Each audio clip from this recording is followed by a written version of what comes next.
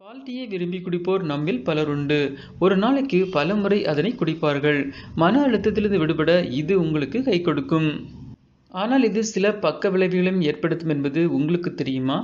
அது என்னவென்றால், பால் டீயை நீண்ட நேரம் கொதிக்க வைத்து குடித்தால் அது ஆரோக்கியத்திற்கு மோசமான விளைவுகளை ஏற்படுத்துமாம். அதேபோன்று பால் டீயை அதிக நேரம் கொதிக்க வைத்து கொடுத்தால் அதன் ஊட்டச்சத்துக்களை இழக்க நேரிடும். எனில் பாலில் கால்சியம், புரதம் மற்றும் வைட்டமின் டி போன்ற அத்தியாவசிய ஊட்டச்சத்துக்கள் உள்ளன.